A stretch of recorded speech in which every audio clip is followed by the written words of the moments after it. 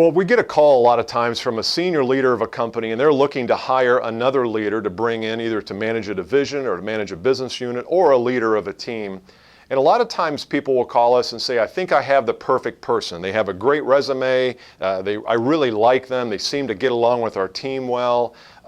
They have really good experience. They were a good leader over here, so therefore there's this implication that it's going to transfer. But here's the statistic that should amaze you and cause you some alarm. 40% of the leaders fail within the first 18 months of their position.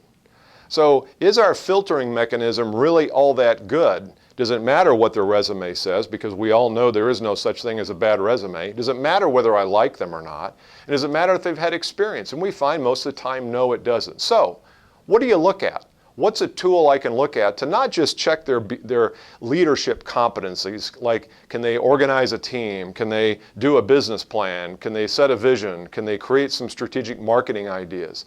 You've got to look deeper than that, because leaders derail and fail not because of that stuff, but because of the relational stuff, because they can't get along with people, because they belittle their teammates, because they can't inspire their team. And so what we're going to talk about here today is one leader that one of our clients actually wanted to hire. We've hidden her name, so you can't see who it is.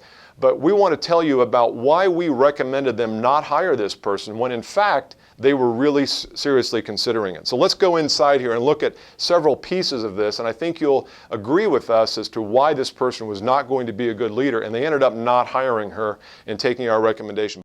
Now, remember why we're doing these assessments, really to avoid hiring someone you thought had certain competencies only to find out they didn't, and thereby waste tons of money and time on having to start over in 6, 9, 12 months because they didn't work out.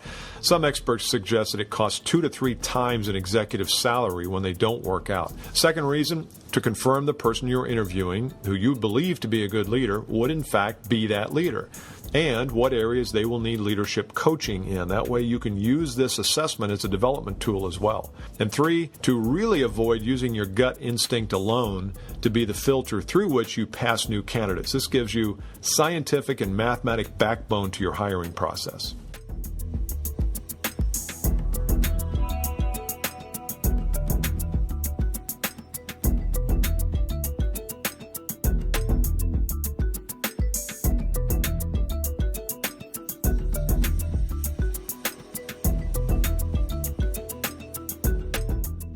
And her score at 55 is a pretty good score. It's a pretty good score for a middle manager. You don't want to have an ambition score way down in the teens because that person's just is not going to be productive. And you don't necessarily want to have an ambition score of 99 because that person is going to run over people. So 55 is not bad for a middle manager. But remember, the context is this person's going to be coming into an organization and building a team, building a business. They're going to need to have a higher ambition scale. So in and of itself, 55 is not bad. But we're going to take a look at 3 other scores here, and I think you'll see that where they all start to make sense.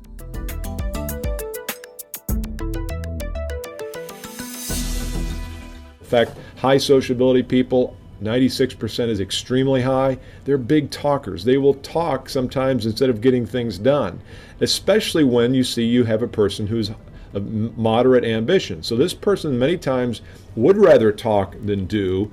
But again, this is not the only thing. We're looking at this holistically. So 96% sociability, extremely high.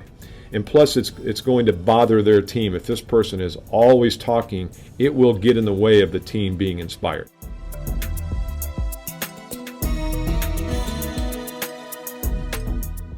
You say, well, this person's an 83. She's fairly sensitive to how her behavior influences others, and that's true, but it might also be a little too high, because here's the danger of having a very high interpersonal sensitivity, is that she will be reluctant to hold people accountable.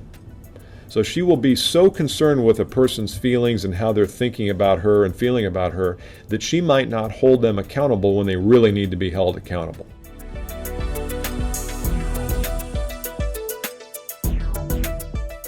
Well, look at this.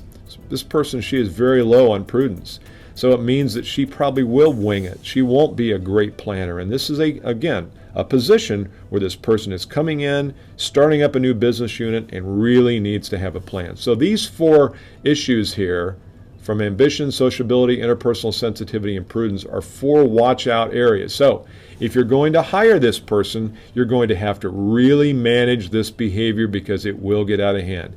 We recommend you keep looking. In fact, that's what we recommended to the client, and they in fact did keep looking. They passed on this person because these 4 things together just were a little bit scary for us, especially in light of the stakes at hand. So I hope that helps. If you'd like to hear more, make sure you email us and let us know what else you'd like to know about the Hogans. We're going to keep doing these videos because we really think they're insightful to help you select the leader that's really going to be a perfect match for your company.